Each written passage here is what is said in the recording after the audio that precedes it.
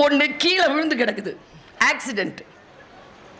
நான் நேராக போய் அந்த பிள்ளையை எடுத்து ULV மாதிரி கிடக்குது ரோட்டில்.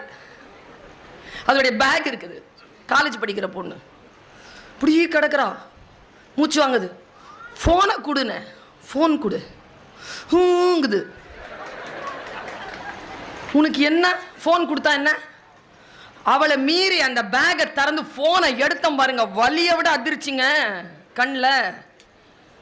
அப்பாவை கூப்பிடணும், அம்மாவை கூப்பிடணும், தர பாஸ்வேர்டு போட்டு வச்சிருக்கிறாங்களே எப்பா. இந்த சூனியக்காரங்க இந்த ஒரு சக்கரம் போட்டு வச்சிருப்பாங்க தெரியுமா கண்மணினா?